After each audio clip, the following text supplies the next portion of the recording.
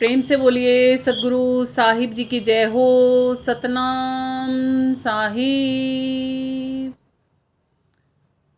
नमो नमो सतपुरुष को नमन करूं हर बार।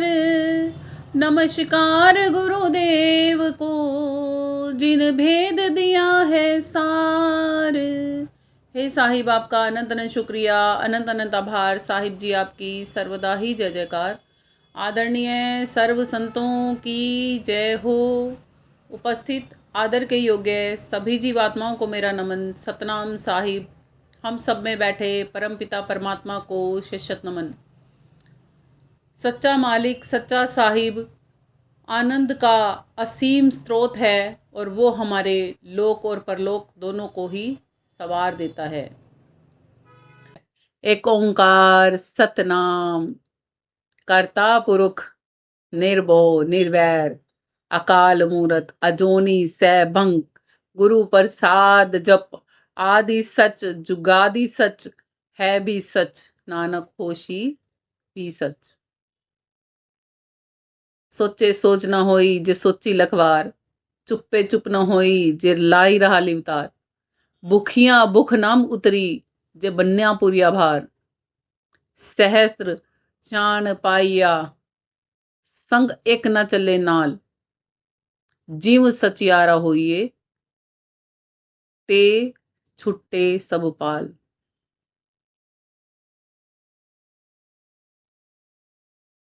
तो आपको ये क्यों समझाया है कि वो मालिक कैसा है? ना ही किसी मोह माया में फंसता है, निर्मोह है, निर्वैर। वो ना ही तो ये सोचता कि ये मेरे पड़ोसियों ने मेरा बुरा कर दिया, ये मेरे शत्रु हैं, ये मुझे रोज की 10 गालियां देते हैं। हे भगवान जी, तने हमारे पीछे क्यों पड़ रहा है, तूने हमारा क्या बिगाड़ दिया? उसको कोई फर्क नहीं पड़ता इन चीजों से।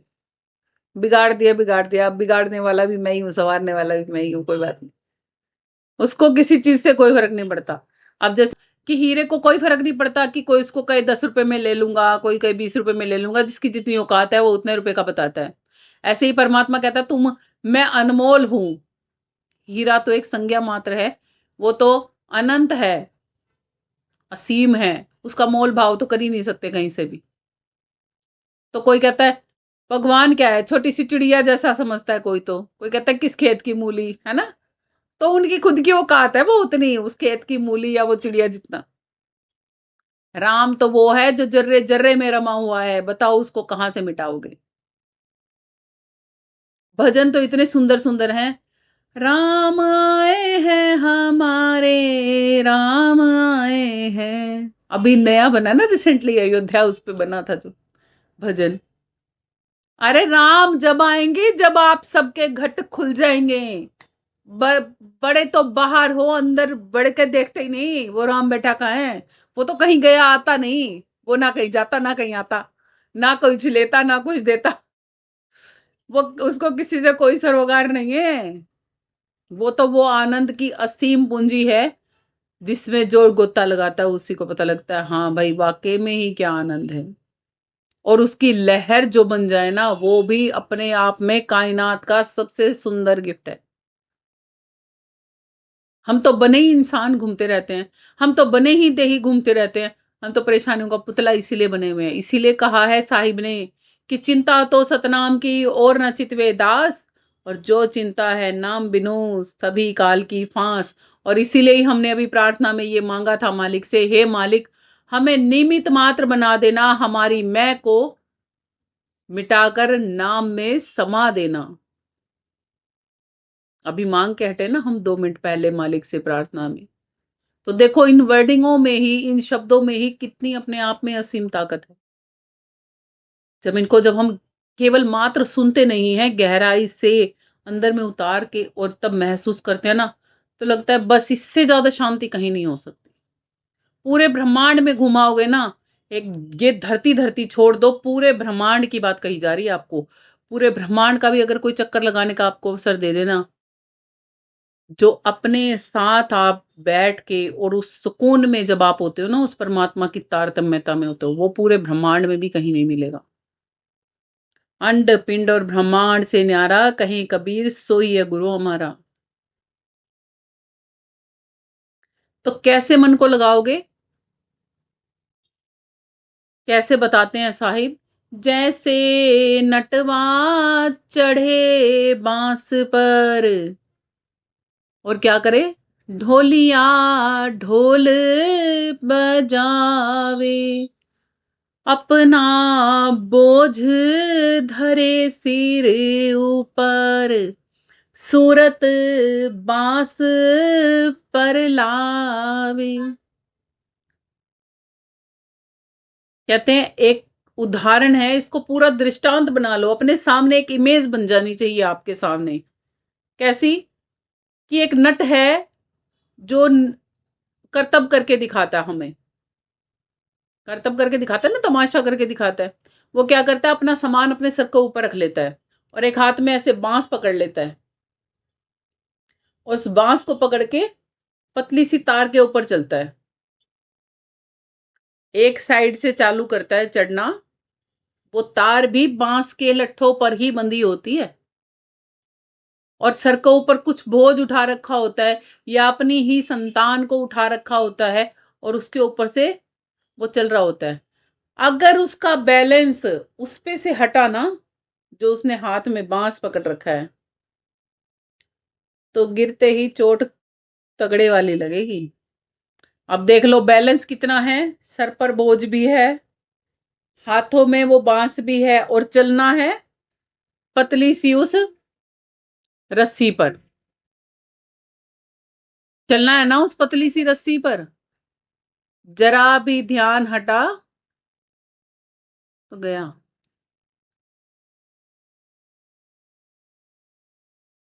ढोल या ढोल बजाता है तो उसका ध्यान उस ढोल पर भी नहीं होता। ढोल या ढोल इसलिए बजाता है कि आओ तमाशा देखो, तमाशा देखो, तमाशा देखो, तमाशा हो रहा है। अगर उसकी तार उस ढोल पे चली गई ना, उसका बैलेंस उस ढोल के ध्यान में चला गया ना, तो उसका वो चलना फिसल सकता है किसी भी समय। मतलब कि क्या समझाया जा रहा है हमें? कि बाहर संसार का जो जितना भी ये शोर शराबा हम सुनते हैं ना, उससे हमारी वो तारतम्यता टूटनी नहीं चाहिए। भले ही हमारे सर पे क्या है, कर्मों का बोझ है, भले ही हम चिंताओं से टेंशनों से ग्रसित हैं, वो भी उठा रखा है हमने, और बाहर की पड़ताड़ना लगातार शुरू है, फिर भी क्या नहीं होना चाहिए? सुरती बांस पर लावे। सुरती आपकी, आपका ध्यान आपके गुरु के सार वचनों से हटना नहीं चाहिए। जो आपको साधना, जो आपको सिखा रखा है ना तरीका, उस पर आपको चलना ही चलना है। क्यों चलना है? क्योंकि एक बार ही वो रास्ता क्रॉस होगा तो वाहवाही होगी।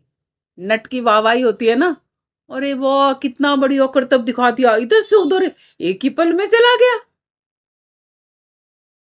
और बीच में गिर गया तो क्या नट है, क्या नट बनेगा? खुद बस की नहीं हो चाहे, वो भी अनाड़ी हमको टोन मारने आ जाएंगे, जिनके बस की एक ऐवे कैबी भी नहीं है। नहीं है ना? क्या अब एक बात लगाओ, आपको या मेरे को कोई कह दे कि पतली सी रस्सी पे इधर से उधर चलना है, तो क्या हम चल के चले जाएंगे? और कोशिश करेंगे ना हम चल जाने की। जब हम कोशिश करेंगे ना, तो जो हम आप या मेरे वर्गे में से जिनसे नीचे रह जाएंगे ना, वो कहेंगे, पहले तो हंसी उड़ाएंगे, हाँ ये चढ़ेगा इसके ऊपर, देख दिखती नहीं ये चढ़ेगी इसके ऊपर। तब टोन आ गई। मतलब क्या है, उसको उसको ये नहीं कह रहे हाँ तू हिम्मत कर, तू चढ़ सकती है या चढ़ सकता है। क्या कर रहे हैं? उसको डिमोटिवेट कर रहे हैं। डिमोटिवेट कर रहे हैं ना, उसका मजाक उड़ा के।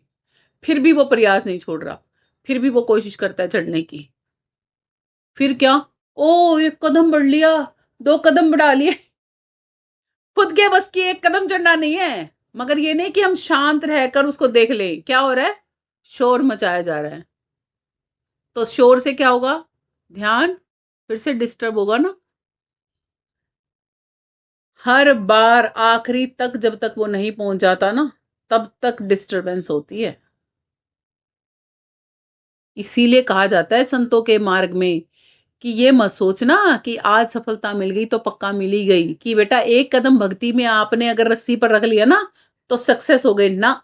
दूसरा, फिर तीसरा, फिर चौथा, फिर पांचवा, जब तक जीवन चलेगा ना, यानी कि जब तक उस डोरी पे चलना है ना, परले पार नहीं हो जाते तब तक का खेल है। आखिरी श्वास में भी गिर सकते हो नीचे, यानी कि आखिरी पांव रखोगे ना तब भी लुढ़क सकते हो नीचे। इतना ध्यान एकाग्र करना है। गुरु के वचन बहुत मायने रखते होते हैं, ऐसे ही नहीं होते। जीवन फुल ऑफ परिवर्तन कर देते हैं वो। बस बदलेंगे उसी को ही जो बदलना चाहेंगे। कोई बदलेंगे हरिजन सूर, मन की आदत ने, मन की आदत ने, मन की आदत ने। और जो हरिजन सूर मन की आदत को बदलना सीख जाते हैं ना, वो परमात्मा में पूर्ण रूप से लीन हो ही जाते हैं। आगे साहिब बताते हैं कि और क्या करना पड़ेगा। मन को लगाने की विधियां हैं ये। जैसे भुवंग चरे बनी में, ओस चाटण वो आवे। कभी चाटे कभी मणितन निरखे, मणितज प्राण गवावे। क्या करेंगे फिर वो? कि जैसे भुवंग, भुवंग कहते हैं सर्प को, और यहां पर मणिधारी सर्प की बात हो रही है। कहते हैं जब वो वन में जाता है, किस लिए निकलता है वन में? वो ओस चाटने के लिए निकलता है। और मणि में भी उसका ध्यान रहता है। मणिधारी नाग होता है ना, वो रात के समय में, इसलिए कहा जाता है मोस्टली डेथ जो होती है ना खेतों में, सर्दियों में होती है। क्यों होती है सर्दियों में? क्योंकि सर्दियों में सर्प ओस चाटने के लिए निकलता है और मनुष्य मानव का ध्यान नहीं जाता, और पांव टिका तो उसने डंस मारना ही मारना। समझे ना क्यों होता है ऐसा? तब क्या कहते हैं? जैसे भुवंग चरे बनी में, मतलब कि जैसे हम आत्माएं हैं इस संसार में गमन करती हैं, ठीक है ना, और संसार की इच्छाओं पूर्तियों के लिए इधर उधर कार्य व्यवहार भी करना होता है। सबसे बड़ी बात होती है इच्छा पूर्तियों से भी ज्यादा इस काया को चलाने के लिए, इस देही को चलाने के लिए भरण पोषण की जो जरूरत होती है ना, पेट भरने के लिए कमाना पड़ता है ना। काया को शेल्टर चाहिए, सर्दी में सर्दी के कपड़े चाहिए, गर्मी में गर्मी का कपड़ा चाहिए, भोजन हमें अनुकूल चाहिए इस देही को स्वस्थ रखने के लिए। तो इसके लिए जो हमें कार्य व्यवहार करने होते हैं ना, जिसके लिए हमें जाना पड़ता है। जैसे भुवंग को ओस चाटनी है, किस लिए? उसके शरीर को चलाने के लिए। बनी में क्यों जा रहा है वो? हमें संसार में रहना क्यों जरूरी है? समझ में आ गया कि ये देही हमारी अकेले से नहीं चल सकती। इसके लिए हमें किसी ना किसी के संग की साथ की जरूरत पड़ती ही है। तो वो कहते हैं जैसे भुवंग चरे बनी में, ओस चाटन को वो जावे। कभी चाटे कभी मणितन निरखे। क्या करते हैं? कभी तो वो, ये नहीं कहा हर समय वो यही कर रहा है या हर समय वो वही कर रहा है। कुछ समय अगर संसार को दे रहा है तो कुछ समय खुद को भी दे रहा है ना। तो कभी चाटे कभी मणितन निरखे, मणितज प्राण गवावे। अब ये नहीं कहा ओस अगर चाटने को नहीं मिली तो प्राण गवावे। किस चीज में प्राण गवावे? संसार ओस की भांति है, यह संसार ओस की भांति, धूप लगे मिट जाना है। ये नया उदाहरण आ गया, यह संसार ओस की भांति, धूप लगे उड़ी जाना है। मिट ही जाना है। धूप की जब रोशनी पड़ती है ना उसके कणों पर, तो वो घुल जाते हैं, मिट जाते हैं, है ना। तो सर्प के लिए क्या कहा है, ये तो नहीं कहा ना कि ओस मिट जाएगी तो वो प्राण त्याग देगा। किस किस चीज के लिए कहा है कि वो प्राण त्याग देगा? जब मणि नहीं होगी तो प्राण त्याग देगा। यानी कि यदि आपको परमात्मा नहीं मिलता, आप सार ग्रभित नहीं हो, सार पाकर भी अगर उसमें लीन नहीं रह पाते हो, तो फिर कोई फायदा नहीं है, फिर तो प्राण ही त्यज देना चाहिए। ऐसे जीवन का क्या ही फायदा, भक्ति लेके भी भक्ति ना करो तो फिर तो निरर्थक ही जीवन है। हमसे तो ज्यादा अच्छे वो निरे संसारी हैं जो ऐसे ही भटक भटक के जीवन खो रहे हैं। हम में और उनमें अंतर क्या है? ज्ञान धारा से जुड़ने का फायदा ही क्या है? इसीलिए कहा है यदि मणि का ध्यान नहीं रख सकते ना तो फिर प्राण ही त्यज दो। यदि अपनी भक्ति की तरफ ध्यान नहीं दे सकते ना तो फिर संसार में व्यर्थ का जीवन जीने का भी कोई फायदा ही नहीं।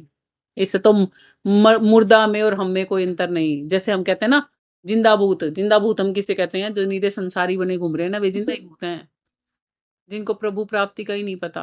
वो जिंदा भूत नहीं है तो और क्या है? संसार की दौड़ धूप में लगे हुए ना, सुबह उठते हैं शाम हो जाती है, शाम उठते हैं सुबह हो जाती है, सुबह उठते हैं शाम हो जाती है।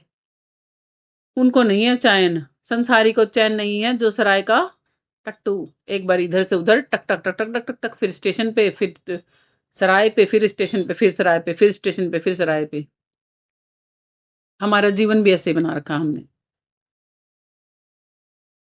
तो हमारा जीवन ऐसा होना चाहिए या नहीं होना चाहिए, ये तो हम पे ही है। यदि हम मणितन निरखते हैं और अपने गुरु के सिखाए हुए वचनों पर अमल करते हैं तो हम गुरु को पा भी लेंगे। आगे फिर से साहिब उदाहरण लेते हैं एक और। जैसे कामिनी भरे कूप जल, कर छोड़त बतरावे, अपना रंग सखियन संग राचे, सुरती डार पर लावे। अब क्या बताते हैं? कहते हैं जैसे पनिहारी होती है ना, गाँव में तो अक्सर महिलाएं आज भी कुछ ऐसे गांव हैं जिनमें पानियों की डेगचियां लेके आती हैं, मटके लेके आती हैं, एक के ऊपर दूसरा और दूसरे के ऊपर तीसरा भी रखा होता है। और उन्होंने अक्सर क्या होता है, उन महिलाओं ने ऐसे हाथ से पकड़ा नहीं होता उसको, ऐसे हाथ छोड़ के और डगमग डगमग डगमग सखियों से बात करते करते कब में वो राह तय हो जाती है, पता ही नहीं होता उन्हें। और हमारे जैसे को कोई कहते ना सर पे एक मटका उठा के ले आओ जी, मंदिर से घर तक भी लेके आना होता है ना, कुआं पूजन होता है जब जब हम अपने घर में गृह प्रवेश करते हैं, या बच्चों के समय पे जब वो करवाते हैं ना जलवा वगैरह, तो महिला को लाना होता है, हर एक महिला को लाना होता है वो, जिनके यहाँ पर ये परंपराएं हैं उनको। तो सर पर एक मटकी रखी होती है, उसके ऊपर एक छोटी सी लुटिया या मटकी रख देते हैं छोटी, और उसको लेके आना होता है।